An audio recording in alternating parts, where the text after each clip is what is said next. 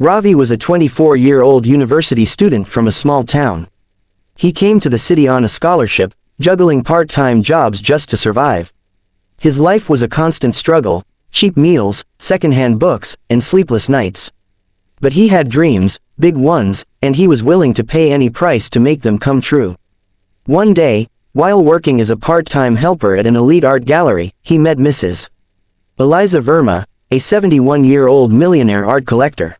Despite her age, Eliza had grace, charisma, and a sharp mind. She was intrigued by Ravi's passion for learning and his respectful attitude. They struck up an unusual friendship.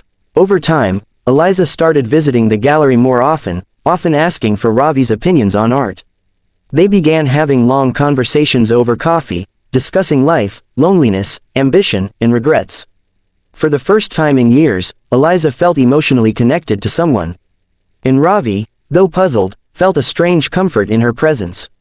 Then came the shocking proposal. One evening, Eliza asked him, "Would you marry me, Ravi?"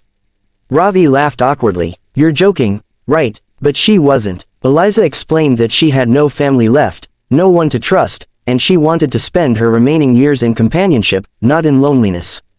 In return, she promised to help him financially with his education and future. Confused, torn, and desperate, Ravi agreed. The media went wild. Gold digger. She's lost her mind. Scandalous. But the wedding was intimate and quiet.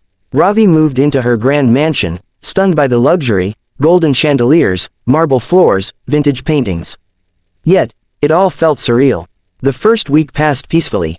Eliza was kind, even playful.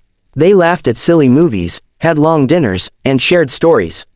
She never asked anything of him, no intimacy, no pretensions. But on the seventh day, everything changed. Ravi woke up to find Eliza missing. Her bedroom was empty, her clothes were gone, her phone was switched off. The servants were clueless. Panic set in. Then the butler handed him a sealed envelope. It had Eliza's handwriting. "Ravi, by the time you read this, I will be gone." His hands trembled. What could this possibly mean? Ravi sat down, heart pounding, and opened the envelope. Inside was a long handwritten letter. Greater than, "Dear Ravi, I didn't marry you for love, nor for pity. I married you because I needed someone with a good heart, someone who knew what struggle felt like. I've spent my entire life surrounded by people who loved my money, not me. But you were different." Tears welled up in Ravi's eyes as he read on. Greater than, "This wasn't a test, but a gift. I have been diagnosed with a rare form of leukemia. The doctors gave me a few months, maybe less. I didn't want to spend them in a hospital bed, alone, waiting for the end. I wanted to feel human connection one last time, and you gave me that." She continued, "Greater than, the mansion now belongs to you.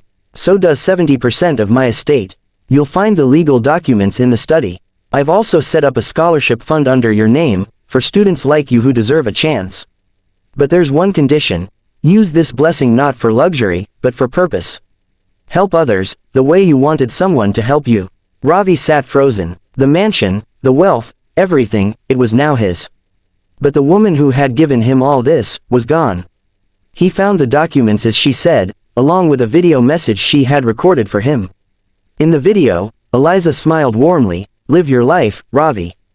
Don't be trapped by what the world says. You have a kind heart, that's your real wealth." Over the next few months, Ravi honored her wish. He didn't just keep the money, he used it to change lives. He built libraries, funded poor students, and opened a free health clinic in Eliza's name.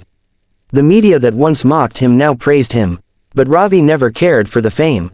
Every morning, he walked into the mansion's garden, where a bench had been engraved. In memory of Eliza Verma, who gave her last days to change someone's forever. Ravi had married a 71-year-old millionaire. But in just 7 days, he had received more than he ever dreamed of, a purpose, a legacy, and the power to give others the hope he once prayed for.